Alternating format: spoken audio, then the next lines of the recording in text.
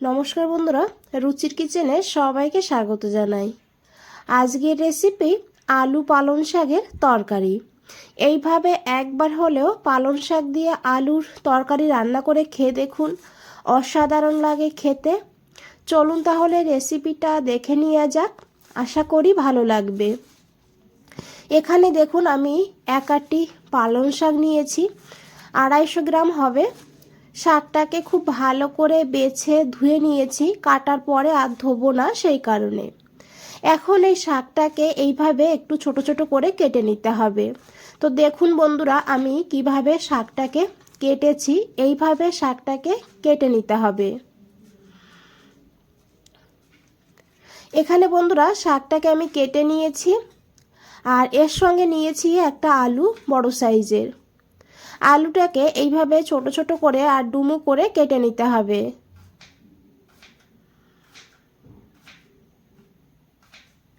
এখন এই আলুটাকেও খুব ভালো করে ধুয়ে নিতে হবে। এদিকে বন্ধুরা একটা কড়াই বসিয়ে দিয়েছি, কড়াইতে দিয়েছি হাফ কাপ মতন জল। জলটাকে গরম করতে হবে, আর এখন এই জলের মধ্যে দিতে হবে পেঁয়াজ কুচি।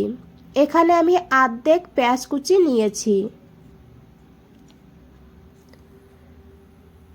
এরই সঙ্গে দিয়েছি রসুন, এখানে আমি 3 কোয়া রসুন থেতো করে নিয়েছি। আর দিতে হবে এখানে লবণ, লবণটা অল্পই দেব এখন।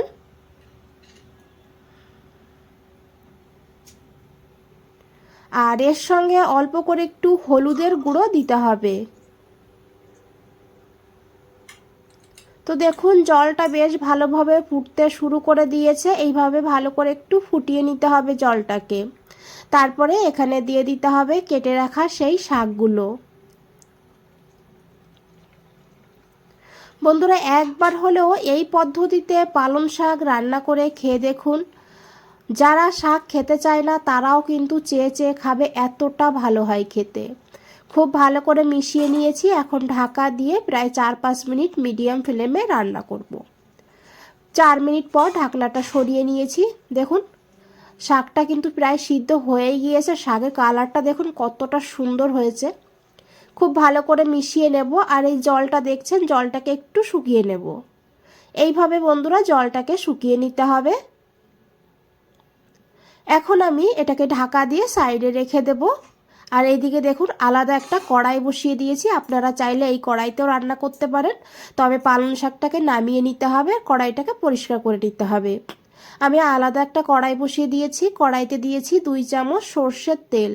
রান্নাটা সর্ষের তেলে করেছি, আমার মনে হয় শাক রান্না সর্ষের তেলে করলে বেশি ভালো হয়, তবে আপনারা সাদা তেলেও করতে পারেন। তেলটাকে খুব ভালো করে গরম করে নিয়েছি, তারপরে দিয়েছি হাফ চামচ গোটা জিরা। জিরাটাকে একটু ভেজে নিয়ে তারপরে দিয়েছি এখানে রসুন কুচি। এখানে 7-8 কোয়া রসুনকে আমি ছোট ছোট করে কেটে নিয়েছি। রসুনটাকে হালকা করে ভেজে নিয়েছি, তারপরে দিয়েছি পেঁয়াজ কুচি। এখানে আমি একটা মিডিয়াম সাইজের পেঁয়াজ এইভাবে কেটে নিয়েছি। এখন পেঁয়াজটাকেও হালকা করে ভেজে নেব। তো দেখুন বন্ধুরা পেঁয়াজ ভাজা হয়ে গিয়েছে, এর থেকে বেশি আর ভাজার দরকার নেই। এখন এখানে দিয়ে দিতে হবে কাঁচা লঙ্কা চেরা আর সেই কেটে রাখা আলু। তবে ঝাল আপনারা আপনাদের প্রয়োজন মতন নেবেন। অনেকে শাকের সঙ্গে একটু ঝালটা বেশি খেতে পছন্দ করেন, আবার অনেকে একটু কম খেতে পছন্দ করেন, সেইভাবে ঝালটা দিয়ে দেবেন। আলুটাকে এখন ভালো করে ভেজে নেব। এইভাবে আলুটাকে ভাজতে হবে যেন ভাজতে ভাজতে 90% সিদ্ধ হয়ে যায়। তো ঢাকা দিয়ে দিয়ে আমি ভাজবো, তাহলে খুব তাড়াতাড়ি আলুটা সিদ্ধ হয়ে যাবে। মাঝে মাঝে ঢাকা দিতে হবে, মাঝে মাঝে ঢাকনা একটু খুলে নাড়াচাড়া করে নিতে হবে। তো দেখুন অনেকটা ভাজা হয়ে গিয়েছে, এখন দিয়েছি এখানে আলুর পরিমাণে লবণ। শাকে তো লবণ দিয়েছিলাম সেই কারণে অল্প করে হলুদের গুঁড়ো। এখন খুব ভালো করে মিশিয়ে নেব। আর এখানে বন্ধুরা সামান্য একটু জল দিয়ে দেবো, যেহেতু হলুদ দিয়েছি, যদি হলুদটা পুড়ে যায়, পেঁয়াজটা পুড়ে যায়, তখন কিন্তু খেতে ভালো লাগবে না, সেই কারণে অল্প করে জল দিয়ে ভালো করে মিশিয়ে ঢাকা দিয়ে আবারও 2-3 মিনিট রেখে দিয়েছি। 2-3 মিনিট পর ঢাকনাটা খুলে নিয়েছি, এখন খুব ভালো করে মিশিয়ে নেব। দেখুন আলু প্রায় সিদ্ধ হয়েই গিয়েছে। এখন এখানে দিয়ে দিতে হবে সেই সিদ্ধ করে রাখা শাক। শাকটাকে দিয়ে খুব ভালো করে মিশিয়ে নিতে হবে।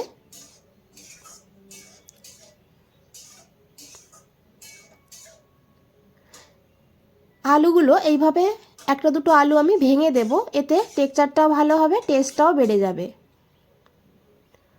এখন এখানে আমি দিয়েছি সামান্য একটু চিনি। চিনিটা পুরোপুরি অপশনাল, তবে দিলে খেতে ভালো লাগবে। চিনিটাকে দিয়ে আমি একটুখানি ধনেপাতা দিয়ে দিয়েছি, দিয়ে খুব ভালো করে মিশিয়ে নিয়েছি। এখন ঢাকা দিয়ে আবারও 2-3 মিনিট রান্না করব লো ফ্লেমে। আর তারপরে গ্যাসটা বন্ধ করে আরও 5 মিনিট রেখে দেবো স্ট্যান্ডিং টাইমে। 5 মিনিট পর ফিরে এসেছি বন্ধুরা, দেখুন কতটা লোভনীয় লাগছে। আশা করি দেখে বুঝতেই পেরেছেন। বন্ধুরা, রেসিপিটা দেখে যদি ভালো লেগে থাকে একটা লাইক করে দেবেন, চ্যানেলটাকে সাবস্ক্রাইব করে পাশে থাকবেন। ফেসবুক থেকে দেখলে পেজটাকে ফলো করে দেবেন, কমেন্টসে জানাবেন কেমন লেগেছে। বন্ধুরা, আজ তাহলে এই পর্যন্তই, ফিরে আসছি নতুন কোনো রেসিপি নিয়ে। ভালো থাকবেন, সুস্থ থাকবেন, সবাইকে অনেক অনেক ধন্যবাদ।